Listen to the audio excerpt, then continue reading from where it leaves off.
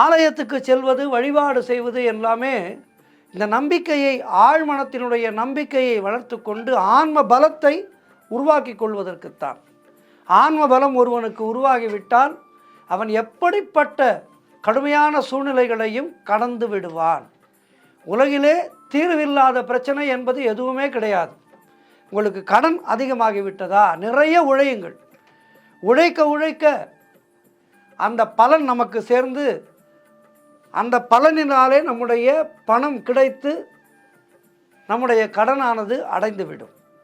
கடன் அதிகமாகிவிட்டதே என்று கன்னத்திலே கை வைத்து கொண்டு வீட்டிலே முடங்கிவிட்டால் உழைப்பு போய்விடும். உழைப்பால் வருகின்ற வருமானம் போய்விடும், அவமானம் வரும். ஆகவே கடன் உங்களுக்கு அதிகமாகிவிட்டதா, அந்த அந்த எண்ணத்தை துடை தெரிந்து விடுங்கள். இது நமக்கு கிடைத்திருக்கின்ற மிகப்பெரிய வாய்ப்பு. இந்த கடனை அடைப்பதற்காக இதற்கு இரட்டிப்பாக நாம் சம்பாதிக்க வேண்டும். 1 லட்சம் ரூபாய் கடன் இருக்கின்றதா, 2 லட்சம் ரூபாய் நாம் சம்பாதித்து இந்த 1 லட்சம் ரூபாய் கடனை அடைத்து விட்டு 1 லட்சம் ரூபாயை நாம் வங்கியிலே போட்டு வைக்க வேண்டும் என்கின்ற அந்த அசாதாரணமான நம்பிக்கை நமக்கு வேண்டும். அந்த நம்பிக்கை வந்தால் கடனை பார்த்து நாம் பயப்பட மாட்டோம். அதுபோலத்தான் நம்பிக்கையை நாம் அதிகப்படுத்தி கொண்டு விட்டால் எப்படிப்பட்ட பிரச்சனைகளையும் நாம் கடந்து விடலாம். ஒரு சிறிய கதை நினைவுக்கு வருகின்றது. பெரியவர்கள் சொன்ன கதை இது.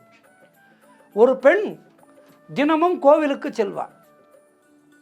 ஒரு நாள் அந்த பெண் அங்கு பூஜை செய்கின்ற அர்ச்சகரிடம் சென்று, தினம்தோறும் கோவிலுக்கு வருவதால் நன்கு பழக்கமாகிவிட்டார்கள். அந்த அர்ச்சகரிடம் சென்று அந்த பெண் சொன்னால், ஐயா, இனி நான் கோவிலுக்கு வரமாட்டேன் என்று. அர்ச்சகர் கேட்டார், ஏனம்மா, ஏன் இப்படி சொல்கின்றாய் என்று கேட்டார்.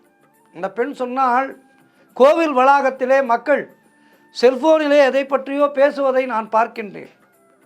கிசுகிசுக்கும் இடமாக கோவிலை சிலர் தேர்வு செய்து வைத்திருக்கின்றார்கள்.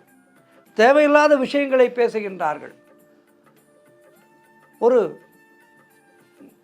அதாவது செய்யக்கூடாத விஷயங்களை எல்லாம் கோவிலிலே செய்கின்றார்கள்.